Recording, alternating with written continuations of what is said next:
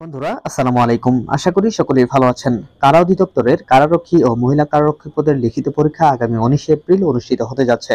তো আর কিন্তু খুব বেশি একটা সময় বাকি নেই, আর কিন্তু হাতে মাত্র 4 দিন সময় বাকি রয়েছে। তো যে সকল প্রার্থীরা লিখিত পরীক্ষায় অংশগ্রহণ করতে যাচ্ছেন তাদের জন্য রইল অনেক অনেক দোয়া ও শুভকামনা।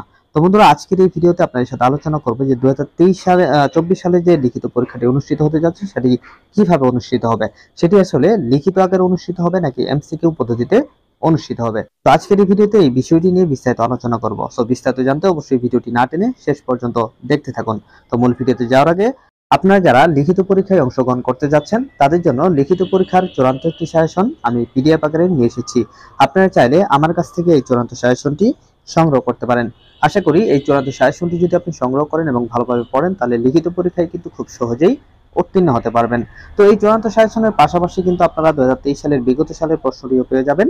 তো এই বিগত সালের প্রশ্নটি দেখলেই কিন্তু আপনারা প্রশ্নের প্যাটার্ন সম্পর্কে বিস্তারিত একটি ধারণা পেয়ে যাবেন। তো এই চূড়ান্ত সাজেশনটি পেতে স্ক্রিনে দেওয়া নাম্বারে রকেট বিকাশ বা নগদের দাম মাত্র মূল্য 50 টাকা সেন্ড মানি করে হোয়াটসঅ্যাপ অথবা এই মতো মেসেজ করলেই আমি আপনাদেরকে সাথে সাথেই এই চূড়ান্ত সাজেশনটি পাঠিয়ে দিব। তো যাই হোক ভিউয়ার্স, মূল আলোচনায় ফিরে আসি।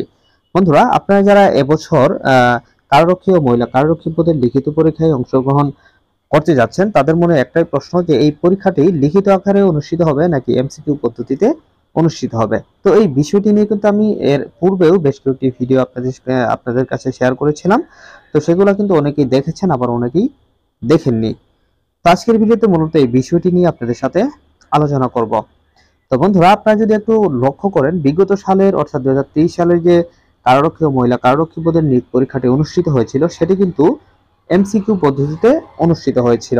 আপনারা যারা বিগত সালে পরীক্ষা দিয়েছিলেন তারা কিন্তু বিষয়টি অবগত রয়েছেন। তো সেই বিগত সালের পরীক্ষাতে কিন্তু আপনাদেরকে মোট 35টি এমসিকিউ দেওয়া ছিল এবং 35টি এমসিকিউর জন্য কিন্তু 70 নাম্বার দেওয়া ছিল, অর্থাৎ প্রতিটি এমসিকিউর জন্য কিন্তু 2 নাম্বার করে দেওয়া হয়েছিল।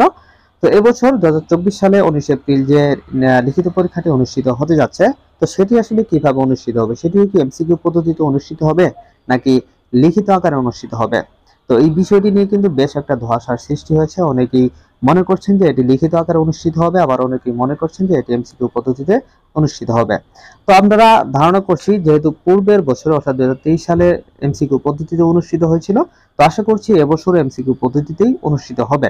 তো এখানে কিন্তু একটা নিয়োগের পরে কিন্তু এত বড় ধরনের একটা পরিবর্তন কিন্তু তারা নিয়ে আসবে না, যেহেতু পূর্বের বছরে একদম সম্পূর্ণ পরীক্ষাটি এমসিকিউ পদ্ধতিতে হয়েছিল। তো এর পরের বারে গিয়ে আপনাকে হুট করে কিন্তু একেবারে লিখিত আকারে পরীক্ষাটি নেওয়া হবে না। তো এখানে একটা পরিবর্তন তারা আনতে পারে যে এমসিকিউ এর পাশাপাশি তারা দুই একটা লিখিত শর্ট প্রশ্ন দিতে পারে, যেটা এক কথায় প্রকাশের মতো একটা উত্তর হতে পারে। আপনারা দেখেছেন যে ফায়ার সার্ভিসে যারা পরীক্ষা দিয়েছিলেন 2023-এ, তারা হয়তো জানেন যে এমসিকিউ এর পাশাপাশি কিন্তু তাদেরকে দুইটি লিখিত প্রশ্ন দেওয়া হয়েছিল, খুবই শর্ট প্রশ্ন লিখিত আকারে দেওয়া হয়েছিল। সেটা কিন্তু 2 লাইনে বা 1 লাইনে কিন্তু লেখা হয়ে যায় এরকম, অর্থাৎ এক কথায় প্রকাশের মতো দুইটি সংক্ষিপ্ত প্রশ্ন কিন্তু দেওয়া হয়েছিল। তো এরকমটা কিন্তু এখানে আনতে পারে।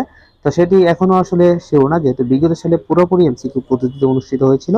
তো আমরা আশা করছি এবছরও এমসিকিউ পদ্ধতিতে অনুষ্ঠিত হবে। তো বন্ধুরা, আপনারা জানতে পারলেন যে 19 এপ্রিল লিখিত পরীক্ষাটি এমসিকিউ নাকি লিখিত আকারে অনুষ্ঠিত হবে। তো আজকের ভিডিওটি এখানে শেষ করছি। ভিডিওটি ভালো লাগলে ভিডিওটি একটি লাইক করে দিবেন, আর আমাদের চ্যানেলে নতুন দর্শক হয়ে থাকলে রিকোয়েস্ট থাকবে চ্যানেলটি সাবস্ক্রাইব করে পাশে থাকা বেল আইকনটি বাজিয়ে দেওয়ার। তো আজকের মতো এখানে বিদায় নিচ্ছি। আসসালামু আলাইকুম।